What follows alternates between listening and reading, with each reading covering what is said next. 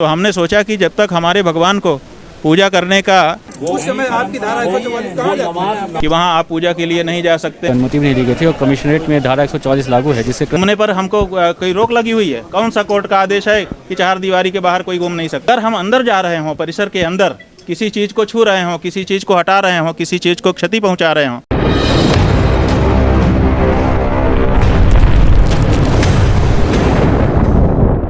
एक तरफा law and order होता है। अगर 144 की आप बात करते हैं तो वहीं अभी शुक्रवार को नमाज हुई है, हजारों हजार की संख्या में हमारे मुस्लिम भाई वहाँ जाते हैं। उस समय आपकी धारा 144 कहाँ जाती है? मैं 144 की बात कर रहा हूँ, 1 बाई 1 बात करिए। नमाज बहुत पहले से हो रही है। ये धारा 144 का आपने जो जिक्र किया है, हम उस पर कहना चाहते हैं। देखिए लगभग 1.5 वर्ष का समय बीत गया। भगवान प्रकट विश्वेश्वर की पूजा के लिए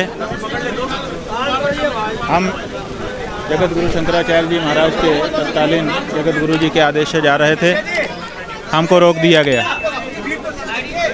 108 घंटे तक अन्न जल छोड़ करके हम बैठे रहे, जाने नहीं दिया गया। कहा गया कि न्यायालय में आप अपनी बात कहिए। हमने न्यायालय में अर्जी लगाई और कहा कि भगवान की पूजा अर्चना प्रतिदिन होनी चाहिए, इसके लिए अनुमति करिए। अभी 1.5 वर्ष का समय बीत गया। भगवान की पूजा अर्चना नित्य भोग के संबंध में जो अर्जी है, माने किसी के भोजन की, उसको भूखा रखा जा रहा है, तो 1.5 साल का समय बीत गया। उस अर्जी पर विचार ही नहीं किया जा रहा है और तारीख पर तारीख दी जा रही है। क्या ऐसे मैटर पर इतने दिनों की तारीख दी जा सकती है? और अगर न्यायालय इस तरह से जो ज़रूरी मामला है कि तत्काल इस पर निर्णय किया जाए कि भगवान का भोग लगे न लगे, हमको व्यवस्था बना दी जाए। हमने ये कहा है कि प्रकट विश्वेश्वर की प्रतिदिन की पूजा, उनका अभिषेक, उनका हमारा अधिकार है कि उनको हम अर्पित करें। उसके लिए कोई व्यवस्था बना दीजिए। वो बनाई नहीं जा रही है। तो हमने सोचा कि जब तक ये नहीं बनता है, काशी चल करके, और अब तो ASI की रिपोर्ट आ चुकी है, बहुत सारे दूसरे प्रमाण भी ताज़े कर दिए गए हैं।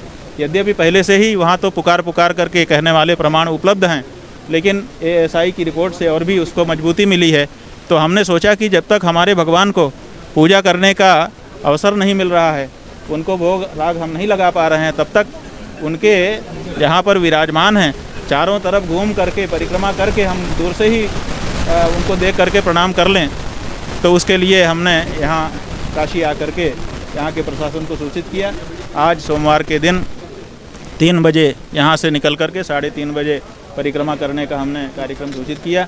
3 बज गया है, अब हम यहाँ से निकलना चाह रहे हैं, जैसा होगा।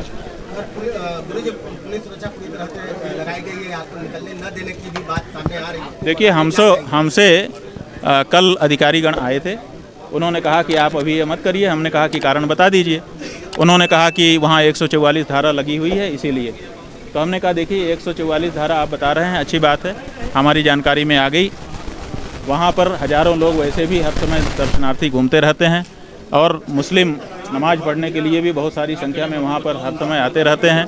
उनके लिए 144 धारा नहीं है और हमारी परिक्रमा के लिए 144 धारा है। अगर आप ऐसा बता रहे हैं तो हम 4 लोगों से ज़्यादा इकट्ठा होने पर 144 धारा लगती है। हम 2 लोग जाएंगे मिनिमम, क्योंकि हमारी मर्यादा है कम से कम एक व्यक्ति कम से कम हमारे साथ रहता है। हम कभी अकेले नहीं हो सकते हैं। तो हमने उनसे कहा कि अपनी जो मिनिमम मर्यादा है हमारी कि एक व्यक्ति हमारे साथ रहे, हम एक व्यक्ति को, कर्मचारी को साथ में लेकर के परिक्रमा कर लेंगे। 2 लोग, तो 2 लोग में तो 144 धारा नहीं लगेगी। तो इस पर वो कुछ नहीं कह पाए। उन्होंने कहा हम अपने बड़े अफसरों से बात करके फिर आपको सूचित करेंगे।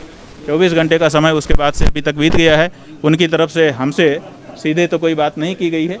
अब कोई बात अगर होगी तो जब हम निकलना चाहेंगे तो कहेंगे। महाराज जी, जब कोर्ट में मामला है तो क्या आप जाने? भाई कोर्ट में मामला ये है कि वहाँ आप पूजा के लिए नहीं जा सकते हैं, प्रोटेक्टेड एरिया है, यही ना मामला है। जो चार दीवारी बनी हुई है, उस चार दीवारी के बाद बाहर घूमने पर हमको कोई रोक लगी हुई है। कौन सा कोर्ट का आदेश है कि चार दीवारी के बाहर कोई घूम नहीं सकता है? बताइए, काहे का कोर्ट का आदेश? कोर्ट, अगर हम अंदर जा रहे हों, परिसर के अंदर किसी चीज़ को छू रहे हों, किसी चीज़ को हटा रहे हों, किसी चीज़ को क्षति पहुंचा रहे हों, आप उससे रोकिए। हम तो अंदर जाने की बात ही नहीं कर रहे हैं, आश्वस्त कर रहे हैं कि अंदर बिल्कुल नहीं जाएंगे, अंदर के बारे में कोई वहाँ पर प्रतिक्रिया हमारे द्वारा नहीं की जाएगी। जो चहार दीवारी लगी है मुलायम सिंह की सरकार में, उस चहार दीवारी के बाहर बाहर हम एक परिक्रमा करेंगे और परिक्रमा करके प्रणाम करके अपना चले जाएंगे। और ये हम नया नहीं कर रहे हैं, ये जब से वहाँ पर बल का प्रयोग किया गया है, जब से वहाँ से हमारे पुजारियों को हटाने की कोशिश की गई है, तब से निरंतर हमारी परिक्रमा करती चली आ रही है। उसी परिक्रमा को हम करेंगे, हम कोई नई चीज़ नहीं कर रहे हैं। मुकदमे में ये बात प्रमाणित है। आप लोग कहेंगे हम सारा साक्ष्य आपको दिखा देंगे, ठीक है ना। वो जो वो कह रहे हैं उसको कोर्ट में कहेंगे, कोर्ट में उनको भी कहने का मौका है, हमको भी कहने का मौका है।